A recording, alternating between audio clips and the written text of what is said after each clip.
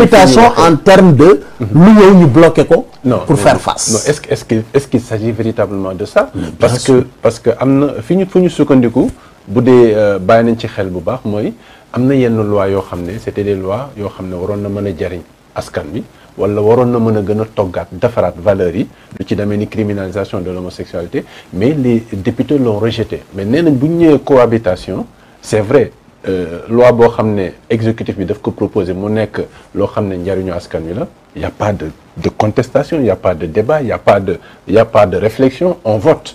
Donc loolu blocage boobu ngeen di wax aussi, est-ce que véritablement loolu nar a am à l'Assemblée nationale?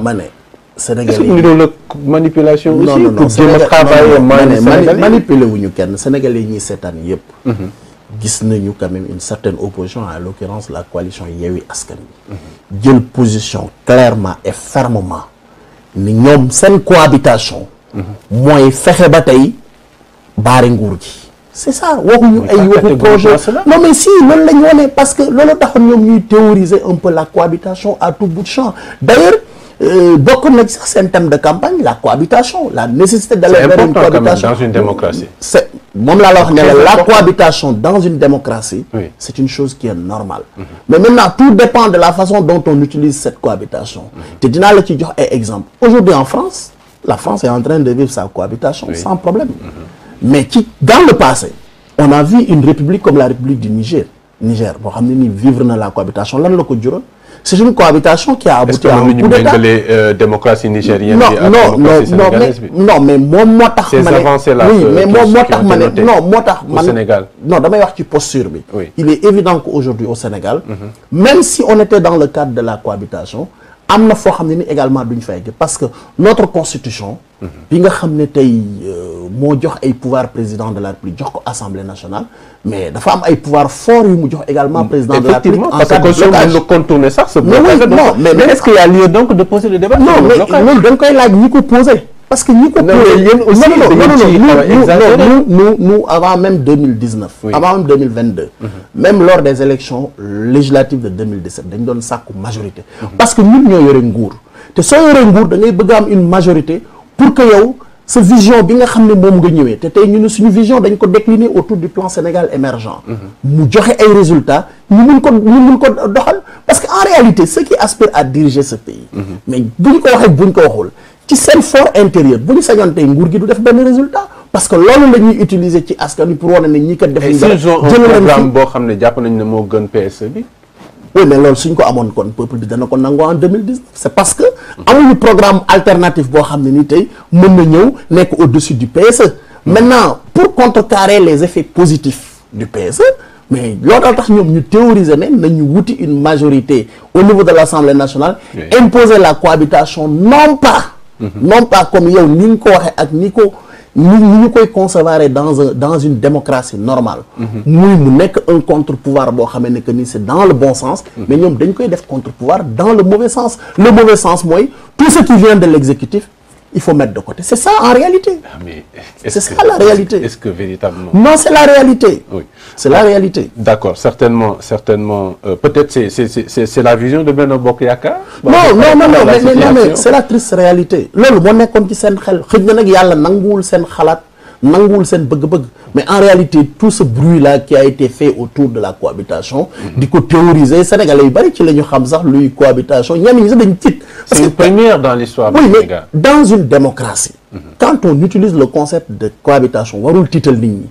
au contraire dans une démocratie normale mais c'est ça mais par contre fii suñu opposition une certaine opposition surtout la coalition Yewwi Askan Wi la cohabitation dañoo dem ba sa dafa tiital askan wi parce que ñoom dañuy xool les effets négatifs de la cohabitation loolu rek lañ doon xool les effets négatifs de la cohabitation il te parle de motion de confiance daaneel gouvernement ay waxu premier ministre ñun lañ koy non ay waxu premier ministre ñun lañ koy nommé présidence assemblée nationale donc ci posture yooyu la ñu nekkoon alors que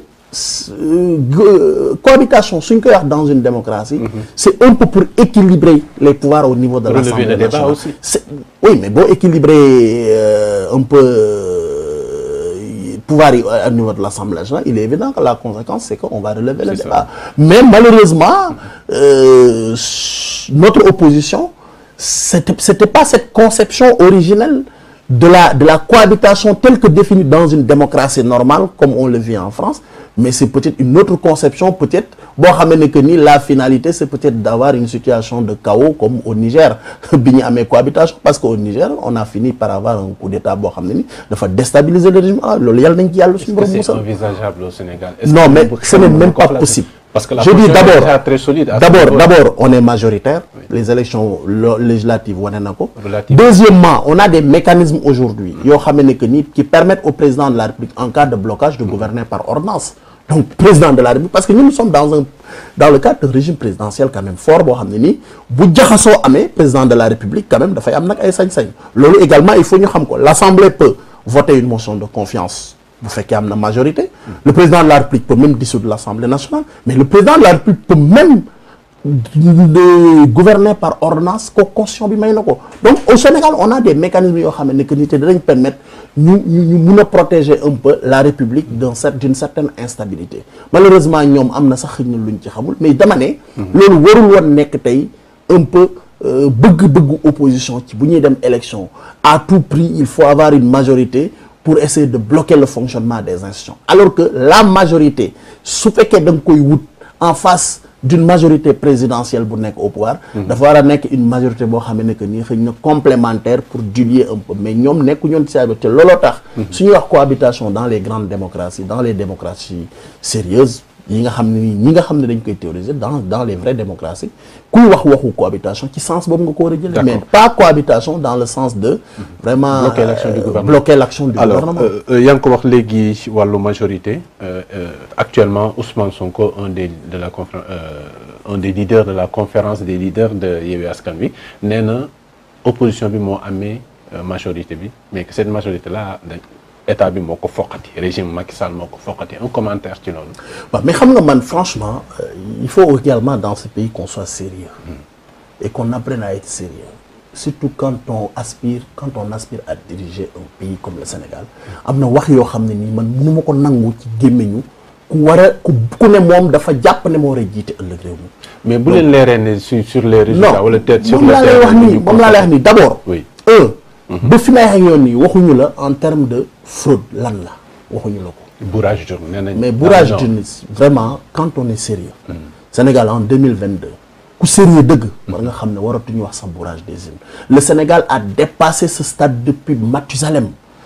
Bourrage des urnes loolu ñàkk a xam processus électoral Sénégal ni muy demee moom moo tax parce que le processus électoral depuis les inscriptions sur les listes électorales jusqu'au niveau de la commission nationale de recensement des votes ou de proclamation provisoire des résultats, le processus est surveillé aussi bien par les partis et coalitions de partis politiques mais également par la Sénat bi nga xam ne mooy instance de contrôle bi.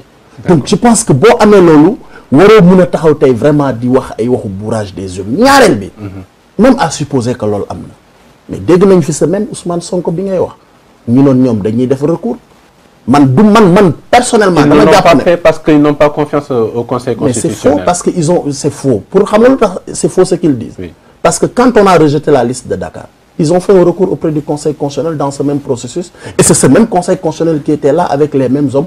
En réalité la vérité mooy que ce truc de bourrage des urnes bi ñuy wax amul c'est faux c'est archi faux c'est-à-dire amul moom moo tax ñoom ñoo la gën a xam ne quand tu fais un recours auprès du Conseil constitutionnel da nga war a am des arguments solides da nga war a am des preuves solides mais soo ko amul xam nga ne doo dañoo daw res nga bëgg a wax non dañu amul du sax ay daw res ak mais c'est-à-dire ce qu'ils disent par rapport au bourrage des urnes c'était simplement pour tromper le peuple sénégalais et d'ailleurs c'est un manque de respect à l'endroit des électeurs sénégalais yi nga xam ne ñoom ñoo choisir.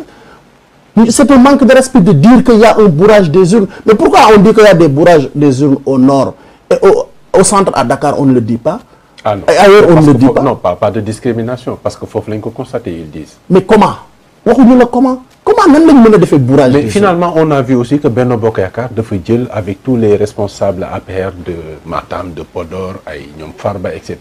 dañu ñëw mel ni comme dañu war a nar a discriminer les populations du Nord. Est-ce que loolu aussi nekkul benn xeetu politisation wu affaire bi? Non, xam nga dans le landerneau politique sénégalais dafa am benn phénomène. est-ce que loolu war na. non loolu amul mais dama ne. oui y a un constat réel qui est là. On a vu des sorties de responsables. non amul dama la bëgg a wax ne la y a un constat réel aujourd'hui qui est fait dans ce pays te kenn mënu ko dindi. mooy tey pratiquement suñuy dem élection presque da ngay xool les états-majors kenn ku nekk sa bastion électoral. da nga koy gagner pratiquement. c'est un constat qui est là. mais il y a des cas d'exception yoo xam ne dañu am défaite yu cuisante. dinaa si ñëwaat léegi par exemple. non bàyyi ma ñëwaat si avec le cas du CCR. des membres du CCR. non moi je parle pas des responsables au niveau national je parle des leaders de parti. tey boo jëlee le président Macky Sall bi jiite la coalition Benno Bokk Yaakaar. il est évident que le nord du Sénégal a toujours été son fief électoral. à Fatick ça a été toujours son fief parce que dañu am benn identifiant buy am entre ñoom ak Fatick Ousmane Sonko bi mu dugg see ci politique gis nga ko y a un identifiant entre le sud et Ousmane Sonko donc loolu c'est-à-dire c'est du factuel daf di loo xam ne que ni dañ ko gis donc loolu kenn mënu ko dindi tey ci li nga xam ne nekk na fi mais loolu taxul également ñu wax ne que dafa am benn maanaam stigmatisation bu ñuy def waa nord sud non ça c'est-à-dire que genre identifiant la bu nga xamee ne que nii tey mais dañ koy gis même au niveau des élections locales moi j'ai vécu ça chez moi dans ma propre commune. moi j'ai gagné mon bastion fi nga xam ne fa la sama papa jógee sama cosaan l'actuel maire gagné son bastion fi nga xam ne fa la jógee le qui représenté woon ki nga xam ne que mooy Pastef gagné son bastion loolu maintenant dafa nekk une nouvelle donne dans notre pays boo xam ne que ni nit ñi dañuy identifier wu souvent ci ak ñi nga xam ne que xëj na ñoom la ñu amal yenn lien yi loolu nag warul tax tey ñu wax ne que par exemple Sénégal maanaam warul indi ay genre régionalisme politique warul am te amul également mais c'est un constat qui est là boo xam ne que ni de plus en plus dañ koy noter ci li nga xam ne mooy résultat yi génn ci urne. D'accord on va très